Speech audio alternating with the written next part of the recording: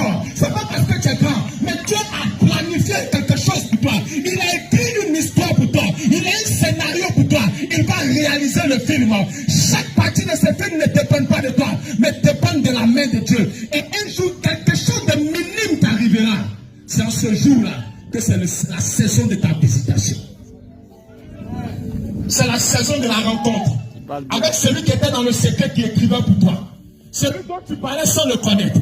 Le chouchou de Dieu que tu étais. Il y a un jour où Dieu veut te visiter. Et ce jour, c'est le jour où un malheur t'arrive. Toi qui avais échappé, il y a un malheur qui t'arrive. Et ce malheur est une chose qui te fait honte dans le secret. Mais personne ne peut savoir. Quand tu dors seul, la nuit tu pleures parce que tu veux te séparer de la cigarette, tu veux te séparer de la drogue. Tu es assis seul dans la chambre, ma soeur. Tu vois que la drogue est en train de te détruire. Et tu te demandes, mais qui me délivrera de la drogue? Qui me séparera de la prostitution? Qui va arrêter ces choses dans ma vie? Personne. Quand tes amis viennent te voir le matin, oh, tu es à l'aise, tu souris, tu es chocolat, tu es chocotte.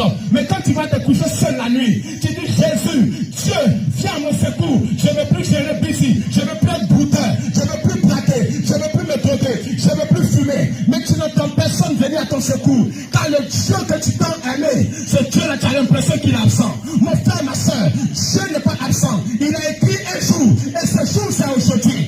Il veut te rencontrer, il veut te rencontrer, il veut changer quelque chose dans ton cœur. Ouvre la porte de ton cœur ce matin à la parole, et tu comprendras que Dieu avait quelque chose de grand pour toi, plus que tes amis et tes parents. Et la Bible dit de ce Naaman que dans sa maison, il y avait une petite fille qui était esclave dans sa maison. Elle a dit à sa patronne, si mon maître était en Samarie, près de cet homme de Dieu, la lèpre qui est sur son corps allait disparaître. Parce que l'homme de Dieu avait le secret pour enlever la lèpre dans sa vie, dans son cœur. La lèpre était le symbole de la honte.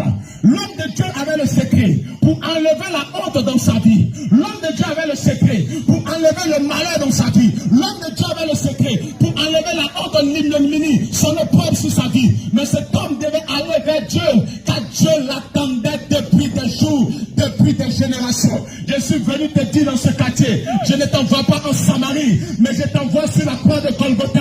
Il y a un homme qui est sur cette croix depuis des années. Il t'attend. Son nom c'est Jésus. Son sang a coulé afin que le jour d'aujourd'hui soit un jour de gloire, un jour d'allégresse pour toi, un jour où tu vas dompter la drogue et la cigarette, un jour où tu vas chasser la prostitution, parce que Jésus avait déjà écrit ce jour dans ton histoire.